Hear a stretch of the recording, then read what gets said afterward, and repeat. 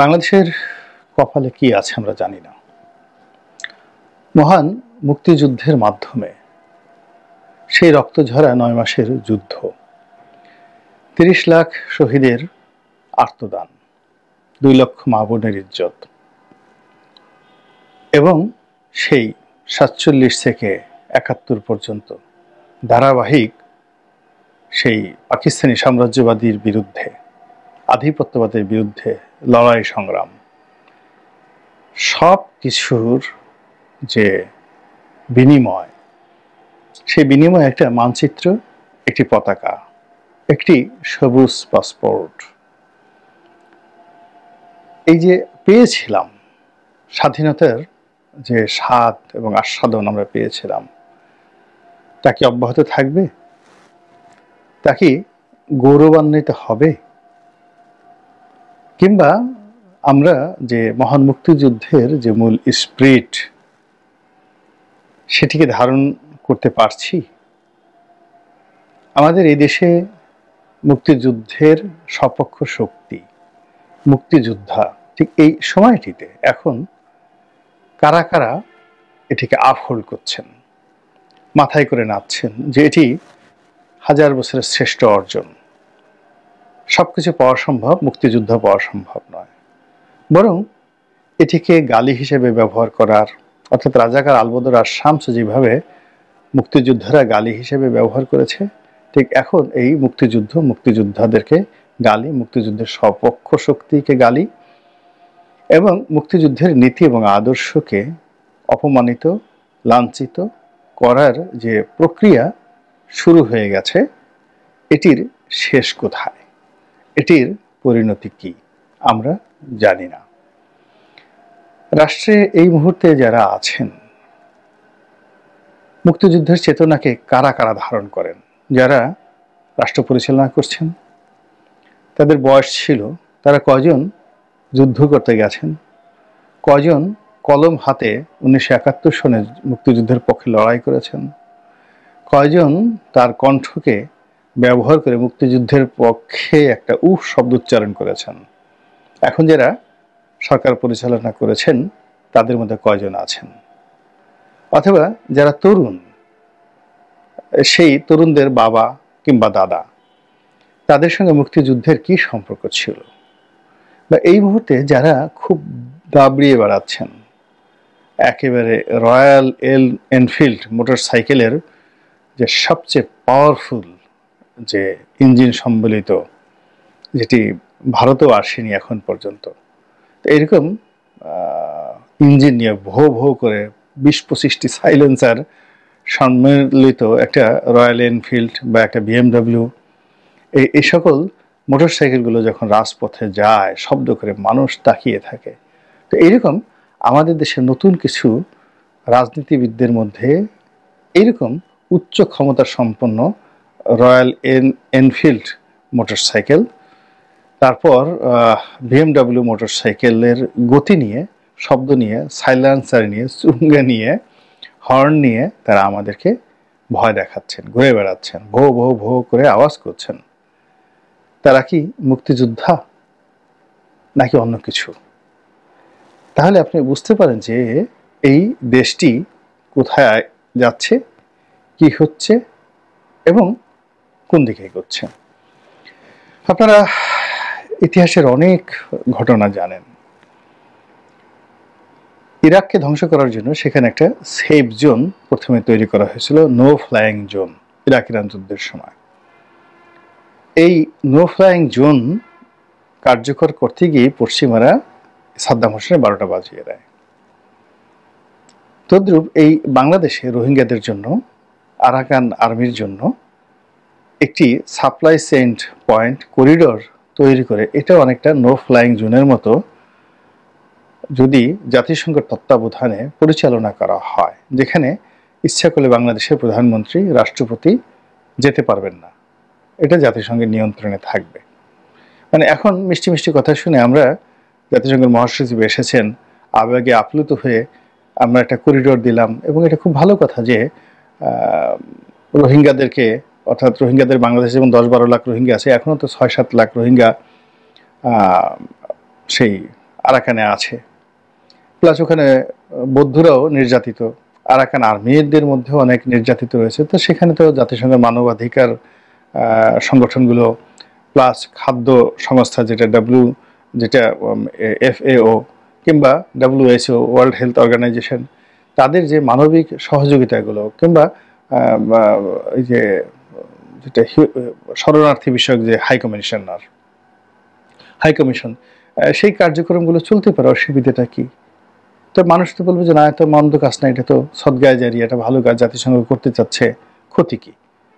কিন্তু এই কাজগুলোকে আবার সংগঠন করার জন্য সেখানে যদি জাতিসংঘের শান্তিরক্ষী বাহিনী এসে যায়, একটা 10টা প্লাটুন শান্তিরক্ষী বাহিনী, এটা তো বাংলাদেশ আর্মিকে দেবে না, সেই শান্তিরক্ষী বাহিনী আসবে বিশ্বের বিভিন্ন দেশ থেকে, এবং সেখানে যদি পাকিস্তানি বাহিনী চলে আসে, সেখানে যদি অন্য কোনো রাষ্ট্রের বাহিনী চলে আসে, তখন অবস্থাটা কি হবে?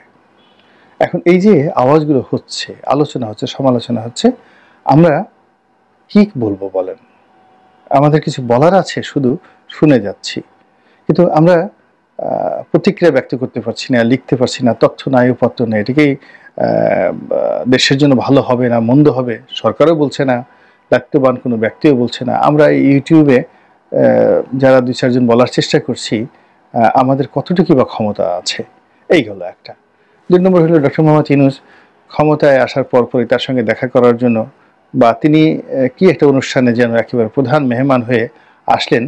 পূর্ব তিমুর নামক একটি খ্রিস্টান রাষ্ট্র আছে, যেটি একসময় ফ্রান্সের কলোনি ছিল, পরবর্তীতে স্বাধীন ইন্দোনেশিয়ার অংশ ছিল, এবং সেখানে পশ্চিমাদের অর্থাৎ আমেরিকার মদদে সেই একটা গেরিলা গ্রুপ যুদ্ধ করে তারা আলাদা হয়ে যায়, এবং পশ্চিমাদের চাপে ইন্দোনেশিয়া তাদেরকে স্বাধীনতা দিতে বাধ্য হয়, এবং এর ছোট্ট একটি দ্বীপ রাষ্ট্র। ইন্দোনেশিয়াতে প্রায় 11,000 বা 11,500 দ্বীপ রয়েছে। এই 11,500 দ্বীপের মধ্যে এরকম একটা দ্বীপ রাষ্ট্র হলো পূর্ব তিমুর। সেই পূর্ব তিমুরের যিনি পশ্চিমাদের এজেন্ট, অনেকটা হামিদ কারজাই টাইপের, তার নাম হলো গুসমাও। আবার তাকে সেই প্রেসিডেন্ট বানিয়ে একটা খ্রিস্টান রাষ্ট্র তৈরি করে এই ভারত মহাসাগরে, মানে আপনি বঙ্গোপসাগর, মানে বে অফ বেঙ্গল, তারপরে একটু পার হলেই ভারত মহাসাগর, এবং সেই ভারত মহাসাগরের মধ্যেই আন্দামান নিকোবর দ্বীপপুঞ্জ এবং ইন্দোনেশিয়ার যে অবস্থান, এখানে খুব কাছাকাছি। অর্থাৎ সেন্ট মার্টিন থেকে যদি আপনি খুব ভালো মতো গানবোট চালান, তাহলে খুব বেশি সময় লাগবে না পূর্ব তিমুরে পৌঁছে যেতে সমুদ্র পথে। সেন্ট মার্টিন, পূর্ব তিমুর। তো সেই যে পূর্ব তিমুর প্রতিষ্ঠা করেছে পশ্চিমারা, অত্যন্ত সফল হয়েছে তারা, এবং এই লোকটিকে, মিস্টার গুসমাওকে, যাকে বলা হয় শক্তিশালী করার জন্য তারা সেখানে তাকে নোবেল পুরস্কার দিয়েছে, শান্তিতে নোবেল পুরস্কার দিয়েছে। তো বুঝতে পারেন যে ব্যাপারটা কি। তো সেই গুসমাও সাহেব বাংলাদেশে এসে ভ্রমণ করে গেছেন। এটা আমার কাছে অনেকটা কেমন যেন মনে হয়।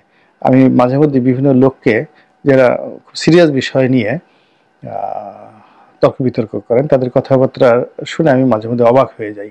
যেমন অনেকে বলেন যে আমার বাড়ির সামনের দিয়ে কিভাবে যেন আজরাইল আনাগোনা করছে, আমি টের পাচ্ছি, এরকম।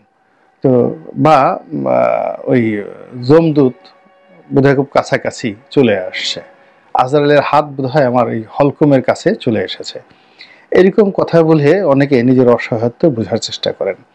তো বাংলাদেশে এই মুহূর্তে পশ্চিমাদের খুব আনাগোনা, এবং ইউরোপীয় ইউনিয়ন বাংলাদেশকে একটি সেফ ল্যান্ড হিসেবে স্বীকৃতি দেওয়ার জন্য যে কর্মপন্থা তৈরি করেছে, তারা প্রথমত অ্যাসার্টিন করেছে যে এটি একটি নিরাপদ আবাসভূমি, যা কিনা বাংলাদেশের জন্য এই মুহূর্তে হিতে বিপরীত হবে। তো যাই হোক, এখন সেই সেফ ভূমি, এটি হয়তো 1 বছর 1.5 বছর লাগবে ইউরোপিয়ান পার্লামেন্টে পাশ হতে, তখন একটা আলাদা অবস্থা তৈরি হবে। তো পশ্চিমাদের এর বাইরে আমেরিকান যে সমস্ত লোকজন, ডোনাল্ড ট্রাম্পের সরকারের কর্তা ব্যক্তিরা, আমেরিকান ব্যবসায়ীরা, আমেরিকার বিভিন্ন গোয়েন্দা সংস্থার যারা লোকজন রয়েছে তারা, তারপর ইসরায়েলি গোয়েন্দা সংস্থা মোসাদের যারা লোকজন রয়েছে, তারা যেভাবে এখানে তৎপরতা চালাচ্ছে, এবং একই সঙ্গে এই বাংলাদেশে রয়ের যে তৎপরতা নিয়ে খুব লেখালেখি হচ্ছে, বিশেষ করে প্রো ইসলামিক যারা গ্রুপগুলো রয়েছে, এখানে ভারতীয় দূতাবাসে রাজেশ নামক একজন ভদ্রলোক কর্মরত রয়েছেন, যিনি খুবই অ্যাক্টিভ। তাকে এখানে পলিটিক্যাল কোনো একটা পদ পদবিতে বসায় রাখা হচ্ছে। তিনি নাকি আসলে বাংলাদেশে রয়ের স্টেশন চিফ মিস্টার রাজেশ। তো সেই মিস্টার রাজেশ জামাতের লোকদের সাথে বসছে, বিএনপির লোকদের সাথেও তার যোগাযোগ আছে বাংলাদেশে। মানে এই মুহূর্তে রাজেশ সবচেয়ে ওয়েল কানেক্টেড একজন কূটনৈতিক ব্যক্তিত্ব।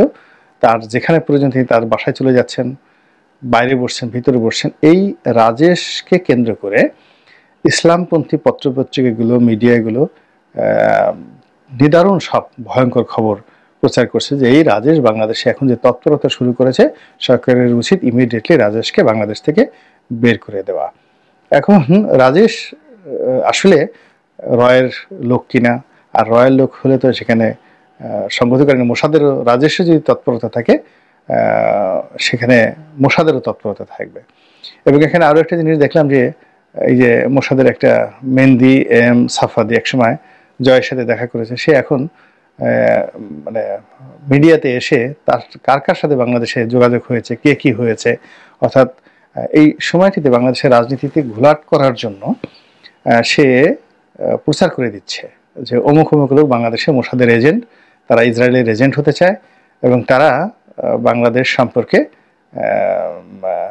সবসময় নেতিবাচক ধারণা পোষণ করেছে এবং যে কোনো মূল্যে ক্ষমতায় যাওয়ার জন্য তারা ইসরায়েলের দোষর হতে চেয়েছে। এই কথাগুলো মোসাদের কোনো লোক যদি যখন বলা শুরু করে, আপনি বুঝেন যে মোসাদ এখানে তাদের যে রিক্রুটমেন্টগুলো, সেই রিক্রুটমেন্টগুলো তারা পরিবর্তন করতে চাচ্ছে। আগের রিক্রুটমেন্টগুলোকে তারা বাতিলের খাতায়, খরচের খাতায় ফিরে দিয়েছে।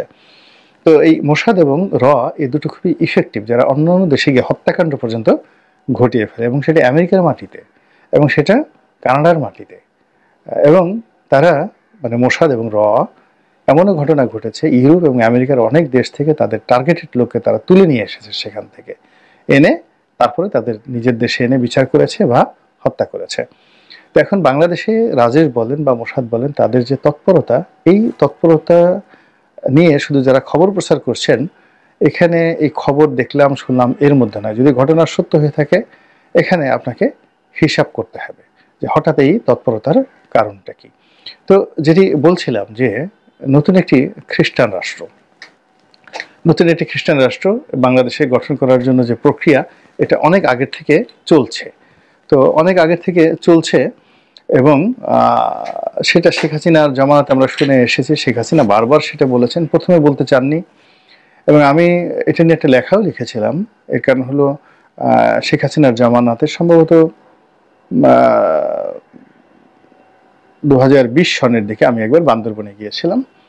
তো ওখানে আওয়ামী লীগের যে সাধারণ সম্পাদক ছিলেন, ওনার নামও মুজিব সাহেব, খুবই প্রাজ্ঞলোক এবং খুবই জনপ্রিয়, স্থানীয় বাঙালিদের মধ্যে খুবই জনপ্রিয় রাজনীতিবিদ।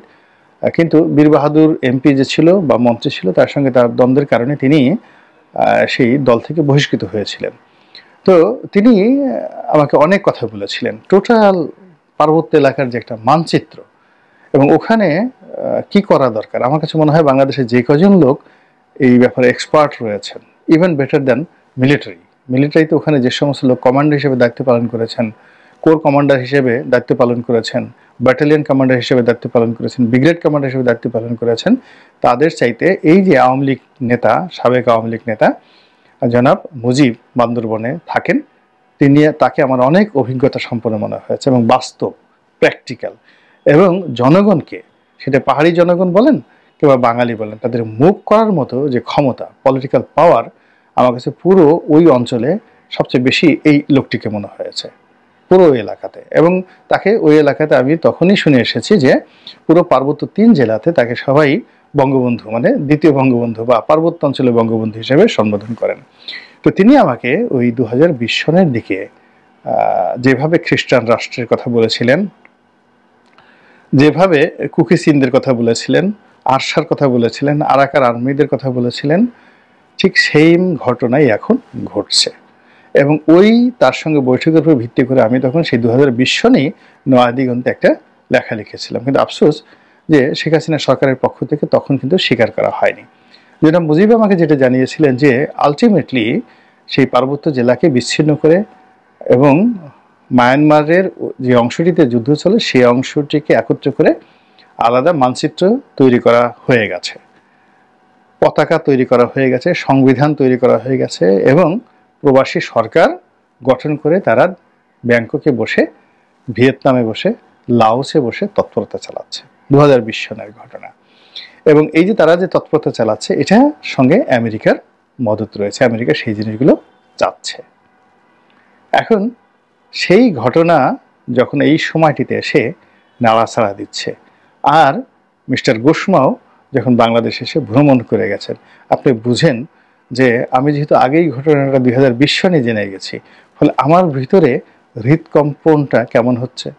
আমার অনেক বন্ধু বান্ধব আপনজন, তাদের কক্সবাজারে ব্যবসা বাণিজ্য রয়েছে, বড় হোটেল রয়েছে, রিসোর্ট রয়েছে।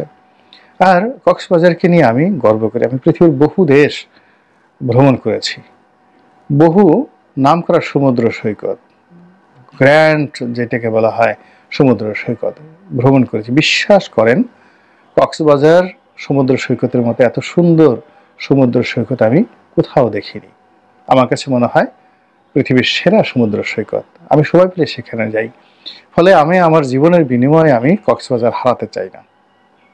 কোনো অবস্থাতে আমি বান্দরবন গিয়েছি। এই যে কি যে ন্যাচারাল নিসর্গিক সৌন্দর্য, আমি বান্দরবন হারাতে চাই না। আমি রাঙামাটি গিয়েছি, আমি রাঙামাটি হারাতে চাই না। চট্টগ্রাম গিয়েছি, আমার ব্যবসা বাণিজ্য চট্টগ্রামে সেই 92-93 সন থেকে, অফিস এখনো আছে, ব্যবসা বাণিজ্য চলছে। চট্টগ্রাম আমি